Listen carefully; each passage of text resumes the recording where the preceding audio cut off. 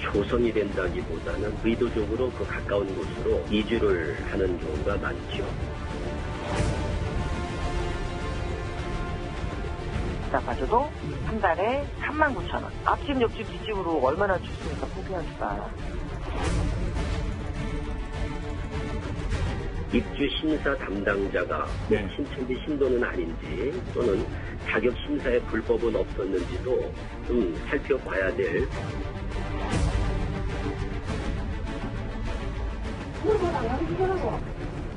연립주택으로 신대어지를 한 곳에 처음에 3분이 확진자가 있는 것으로 확인이 되어졌는데 총 8분이 거주하는 것으로 확인이 되어져서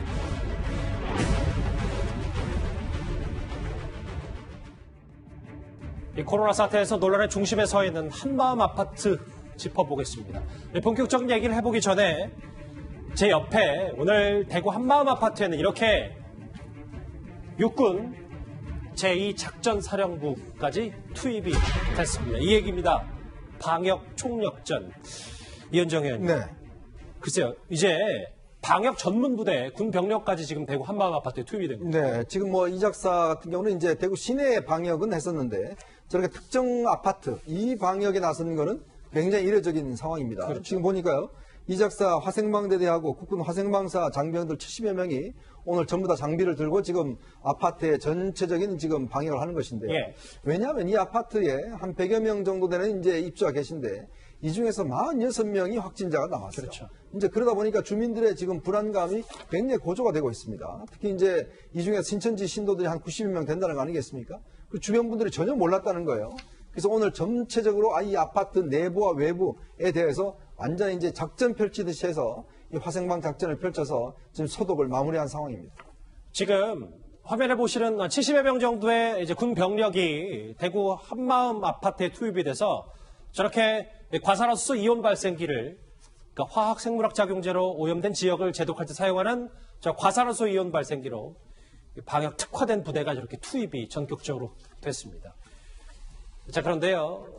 이제부터는 좀 더 한마음 아파트로 깊게 들어가 볼까요? 신천지 측은 이 한마음 아파트가 집단 시설이 아니다. 이렇게 적극 부인하고 있습니다만 의도적으로 신천지 교인들이 한마음 아파트를 선택했다는 주장도 나왔습니다. 왜 신천지 교인들이 그 아파트에 많았는지를 조사할 여가가 없습니다. 한마음 아파트 입주 신청서에 종교 기입 난이도 없습니다. 조성이 된다기보다는 의도적으로 그 가까운 곳으로 이주를 하는 경우가 많죠. 그리고 일부러 숙소를 가까운 곳에 정해서 오가기 편하도록 대부분이 이제 전일 교회에서 사역하는 사람들이나 하루 종일 전도 활동에 매진하는 사람들이 대다수다 보니까 가까운 곳으로 선택을 할 수밖에 없죠. 방역 관점에서 보면 이 부분도 중요한데요. 장혜철 변호사님. 그러니까 신천지 교인들이 의도적으로 집단 거주를 여기서 했다라는 주장까지 나온 겁니다. 사실 신천지 교회 측 입장은 좀 다르고요. 여러 가지 가설이 존재할 수 있습니다. 이를테면 신천지 교인들이 소수로 그 아파트에 들어가서 아파트 주민들을 전도한 것 아니냐, 포기한 것 아니냐는 주장도 있는데 이 전문가의 말을 보면 그렇다기보다는 신천지 측에서 의도적으로 한마음 아파트에 교인들을 주거하도록 주선한 것 같다는 것이죠. 이유를 따져보게 되면 한마음 아파트와 신천지 대구교회의 직선 거리가 1.2km밖에 안 됩니다. 그런데 신천지 교회는 일반 교회와 다르게 다른 일을 하지 않고 전업적으로 이 교회에 봉사하고 포교 활동하는 성도의 수가 일반 교회보다 훨씬 더 많다고 합니다. 그런 활동을 일주일 내내 하기 위해서는 아무래도 이 신천지 대구교회와 가까우면 가까울수록 유리하다는 판단을 했던 것 같고요. 예. 문제는 한마음 아파트는 이번에 드러났습니다. 하지만 대구시에서 알린 여러 가지 집단 거주지가 또 있지 않습니까? 이 대구교회 근처의 동에 원룸이나 빌라, 오피스텔 등의 또 신천지 성도들이 모여 사는 곳이 있는 것으로 확인되는데 그러한 지역이나 혹여나 또 다른 임대 아파트에도 비슷한 형태의 신천지 성도 집단 거주 형태가 있는지 이 부분 빨리 확인해서 추가 방역 조치를 해야만 합니다. 이 여러 논란과 관련해서요. 대구시와 신천지 측의 입장을 한번 각각 들어보겠습니다.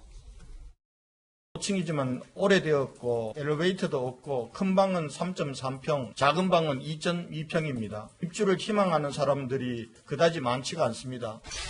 이제 가격도 좀 싸고 하니까 성도들이 이제 이런 곳이 있다라고 아마 아름아름 소개해가지고 좀 많은 분들이 이제 들어가게 되지 않느냐.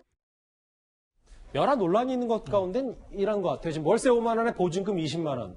그런데 대구시 측이 어쨌든 본인들이 직영으로 운영하는 임대 아파트잖아요. 그런데 빈방이 있어도 딱히 입주 공고를 하지 않았기 때문에 신천지 측이 그 빈틈을 파고들어서 아름아름 이렇게 집단 거주지를 갖춘 거 아니냐라는 가설도 있습니다. 가능성이 있죠. 그러니까 일단은 뭐 대구시에서 특혜를 줬냐 그건 아닐 거예요. 권영진 시장도 그렇게 얘기했지만 인기가 없는데도 뭘 특혜를 줘요. 미달인데 속된 말로.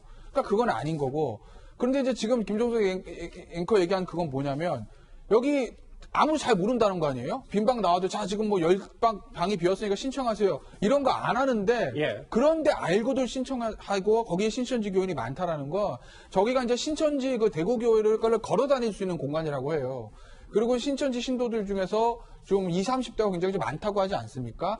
그러니 신천지 신도들 중에서 대구교회 다니는 신도들 중에서 35세 미만의 미혼 여성들이 조금 아름아름 본인들끼리 이제 정보를 가지고 저기 가면은 굉장히 우리가 편하게 살 수 있다라고 해서 저기다가 신천지 교인들이 굉장히 많이 신청했을 가능성, 정보를 공유하는 사람들이 그럴 가능성이 제일 높지 않겠어요? 예. 이 대구시가 직영으로 운영되는 임대 아파트에 신천지 교인들이 이렇게 집단 감염됐기 때문에 대구시 자체도 너무 소극적이었던 거 아니냐라는 비판이 있습니다. 권영진 시장 이렇게 해명했습니다. 들어보시죠. 어떤 아파트에 어느 곳에 확진 환자가 발생했느냐는 주민들이 알 수가 없습니다. 그동안 여러분들 아시겠지만은 확진 환자의 주거지는 일체 비공개였습니다. 주소들이 실제 실거주지 아닌 주소들도 많고 실제 환자들이 많기 때문에 저희가 이것을 뭐 특정 장소에 이분들이 모여 산다든가 하는 것을 저희가 어떤 시스템을 통해서 확인하기도 굉장히 어려운 상황입니다. 그럼 이 한마음 아파트 논란을 김상현 평론가님 중간 정리하자면 의도적으로 아름아름 이주를 했고 근데 대구시는 이 한마음 아파트 관리에 좀 더 소극적이었다. 그런데 이 신천지 교인들이 공동시설은 없지만 계속해서 자가격리를 어기고 접촉을 했다. 이게 지금 어찌 보면 코로나 바이러스 온상이 된 이 주된 원인이겠네요.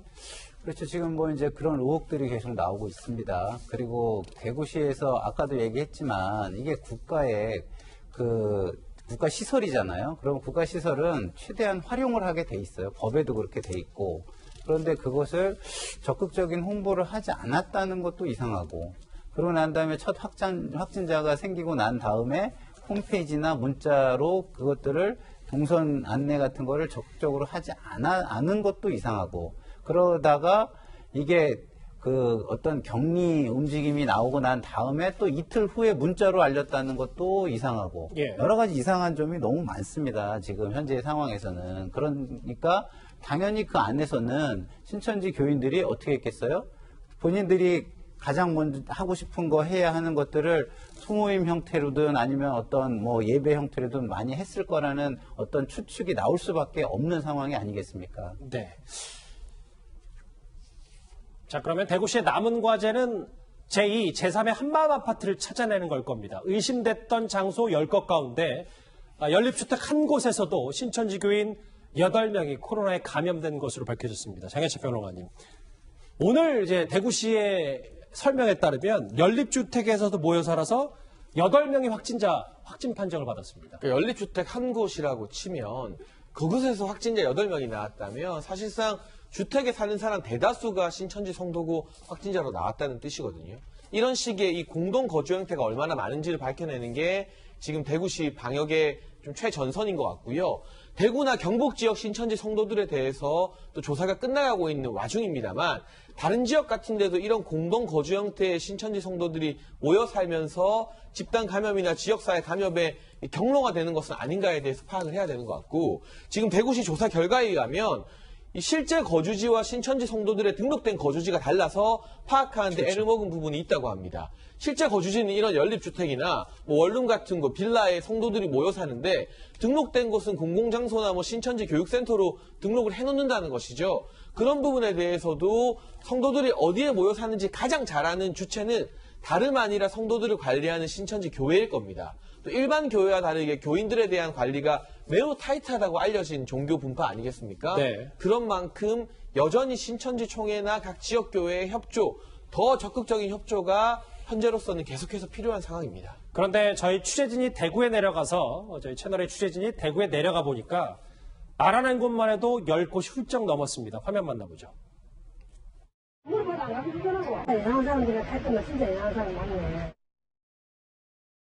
그런데요, 이 신천지 교인의 집단 거주지를 찾는 건 대구만의 일은 아닙니다. 화면 만나보죠. 청평에 그 이만희 교수가 살잖아요. 예. 100억짜리 땅을 사면서 이제 박물관을 짓겠다고 주민들이 반대 운동을 하고 있는데 예. 청년들이 이 박물관 주변 청평으로 계속 이주를 해오는 거예요. 처음에는 한 집 두 집이었다가 현재 한 30가구 정도 됩니다. 물론 일부 주장입니다. 일방적인 주장이긴 합니다만 이런 신천지 관계자들, 과거 신천지 잘 알았던 사람들의 증언을 해보니 대구 말고 다른 곳도 이런 밀집 집단시설이 있다. 정부 당국이 여기도 좀 조사를 해야 되는 건 아닙니까? 그러니까 이게 이제 신천지 교회의 어떤 특성인 중에 하나인데요. 특히 이제 젊은 층들이 많다는 거 하나고, 특히 또 이렇게 이제 어떤 집단 거주하는 데가 많다는 거죠. 왜냐하면 이제 어떤 전문적으로 이제 예를 들어서 이제 선교 활동을 하는 그런 측면이 있는 것이고, 아무래도 이게 이제 신천지 교회가 이제 여러 가지 지금 기성종파하고는 좀 갈등을 빚다 보니까 실제로 자기의 가정 내라든지 집단 내에서 내가 신천지다라고 밝히기가 굉장히 좀 이게 문제가 될 수가 있어요. 예. 그러다 보니까 특히 젊은 층들이 이제 나가서 어떤 집단 생활을 하면서 거기서 포교 활동을 하고 하는 게 최근에 뭐 지금 이재명 지사도 여태치 과천이나 이런 등지에서 많이 발견을 했지 않습니까? 근데 이게 이제 뭐 종교의 어떤 문제를 제가 거론하는 문제는 아니고, 문제는 이렇게 하다 보면 한 명이 이제 감염이 되면 거기에 집단 생활하는 사람들이 다 감염이 되잖아요. 그럼 이분들이 또 적극적으로 또 활동을 또 펼치지 않습니까? 이게 어떤 면에서 보면 하나의 어떤 우리가 이제 신천지 대구교회부터 시작해서 퍼졌던 여러 가지 이제 현상을 보면 이런 한 군데 한 군데가 굉장히 어떤 면에서 보면 새로운 전파지가 될 수가 있다는 거예요.